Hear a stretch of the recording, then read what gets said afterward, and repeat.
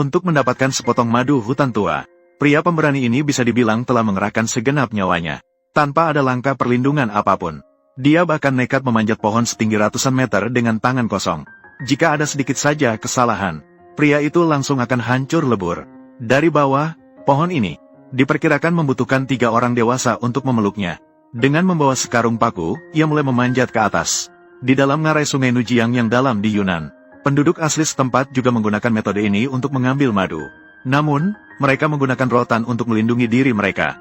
Tapi hari ini pria ini, tanpa perlindungan sedikit pun, intinya hidup atau mati. Jarak beberapa puluh meter di depan ini, adalah paku-paku yang telah dipasang sebelumnya oleh pria tersebut. Setelah sampai di sebuah persimpangan, pria itu beristirahat sejenak, kemudian mulai mencabut paku-paku tersebut. Selangkah demi selangkah, ia memanjat ke atas. Pada ketinggian seperti sekarang ini, sudah bisa menyebabkan kematian bagi si kakak. Jadi saat ini dia harus sangat hati-hati. Selain membutuhkan keterampilan yang tinggi, si kakak juga harus memiliki sedikit keberuntungan. Setiap baut harus menahan beban 200 kg. Jika baut itu rusak atau tidak terpasang dengan stabil, maka hasilnya dapat dibayangkan. Setiap kali si kakak melangkah ke atas, dia juga harus menggunakan kedua tangannya untuk memaku. Dia hanya bisa bergantung pada kedua kakinya untuk menjaga kestabilan. Merasa seolah angin sedikit kencang, bisa saja menerbangkan orang. Setelah memanjat selama beberapa puluh menit, ketinggian juga mencapai lebih dari 100 meter.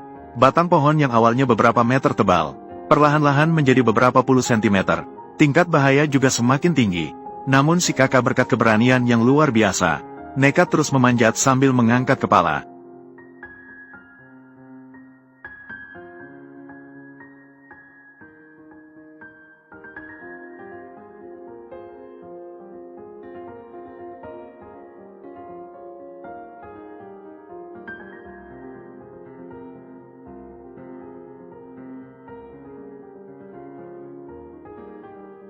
Jadi ketika si kakak mencapai ketinggian tertentu, sekelompok lebah menganggap si kakak sebagai tamu tidak diundang, mulai membombardir pria pemberani secara bergantian.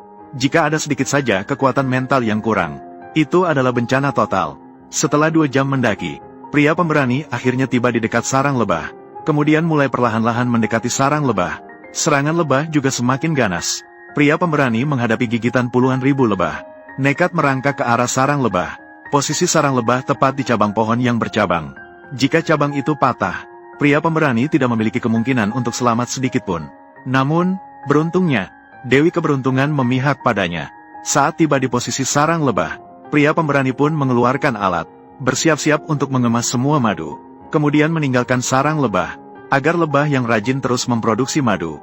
Lebah yang cerdas dan rajin, membangun sarang di tempat yang begitu berbahaya, tapi pada akhirnya tidak bisa menghindari serangan manusia. Pria pemberani itu mengemas madu ke dalam tas. Lalu dia bersiap untuk kabur. Seperti yang dikatakan, naik gunung mudah, turun gunung susah. Saat turun, pria itu tetap harus sangat hati-hati, mencegah agar tidak ada satupun paku yang blong. Tapi balik lagi, demi sepotong madu ini, menghadapi bahaya sebesar ini, apakah itu benar-benar sepadan?